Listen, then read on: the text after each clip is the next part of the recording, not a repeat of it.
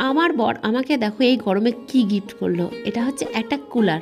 তো কুলারটা কেনার কারণ হচ্ছে এই যা গরম পড়েছে, গরমে থাকাটাই মুশকিল হয়ে যাচ্ছে, আর আমাদের ঘরে প্রচণ্ড গরম লাগে। আর সেই কারণে আজকে কুলার কিনে নিয়ে আসা।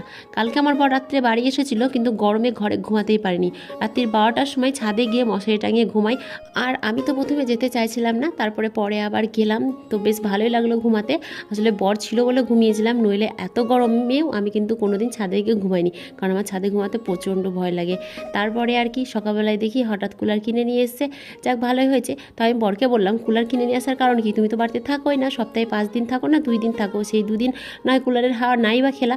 তো বললো, আমি আমার জন্য কিনিনি, আমি তোমাদের জন্য কিনেছি, তোমরা এত গরমের মধ্যে থাকো, আমার খারাপ লাগে, সেই কারণে কিনে নিয়ে এসেছি। তো দেখো, কুলার কিনে নিয়ে আসাতে আমি হাওয়া কী খাবো, আমার আগে কিন্তু ভলুই হাওয়া খেতে শুরু করে দিয়েছে। আমি এখন পর্যন্ত কিন্তু কুলারের সামনে আসিনি, এসে বসলাম, তো আমার দেখা দেখি ভলু এসে বসে পড়লো।